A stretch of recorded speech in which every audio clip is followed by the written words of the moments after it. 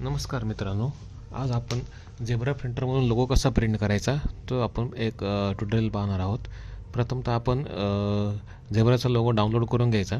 Download केल्यानंतर तो open with पेंटमध्ये open करायचा. त्याला आपण आपल्याला जशी ज्या साईजमध्ये प्रिंट हवी आहे त्या साईजमध्ये याला सेट करायचा.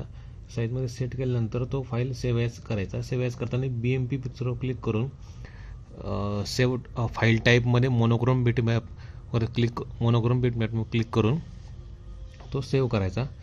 त्यानंतर तो आपल्याला जिथं हवं आहे तो सेव्ह केल्यानंतर आपण zebra setup utility tool open करायचं. त्याच्यामध्ये प्रिंटरचे ड्रायव्हर इन्स्टॉल करून घ्यायचे. ड्रायव्हर इन्स्टॉल केल्यानंतर ओपन प्रिंटर टूल्समध्ये गेल्यानंतर सेटिंगमध्ये क्लिक केल्यानंतर स्टोअर फाईल टू प्रिंटर त्याच्यामध्ये इंटरनल फ्लॅशमध्ये फ्लॅश मेमरी सिलेक्ट करून आपण लोगो ज्या लोकेशनला सिलेक्ट करायला आहे ते लोकेशन त्या लोकेशनला लोगो जिथं ओपन करायचा आणि send to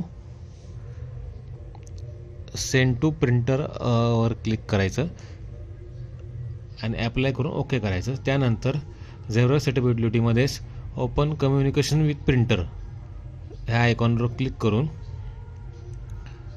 open communication with printer ह्या आयकॉनवर क्लिक करून त्यामध्ये एक दिलेले आपण स्ट्रिंग बनवलेली आहे ते ZPL ती स्ट्रिंग तिथं पेस्ट करायची. पेस्ट केल्यानंतर तिथं आपण ऑलरेडी प्रिंटर कनेक्ट केला आहे झेब्रा सेटअप युटिलिटी चालू करताना. तो प्रिंटर सिलेक्ट केल्यानंतर ती स्ट्रिंग तिथं पेस्ट करून ते सेंड टू प्रिंटर करायचं. त्यामुळे तो प्रिंट होईल. हे सर्व करताना लेबलची साईज 4x4 इंचमध्ये असावी.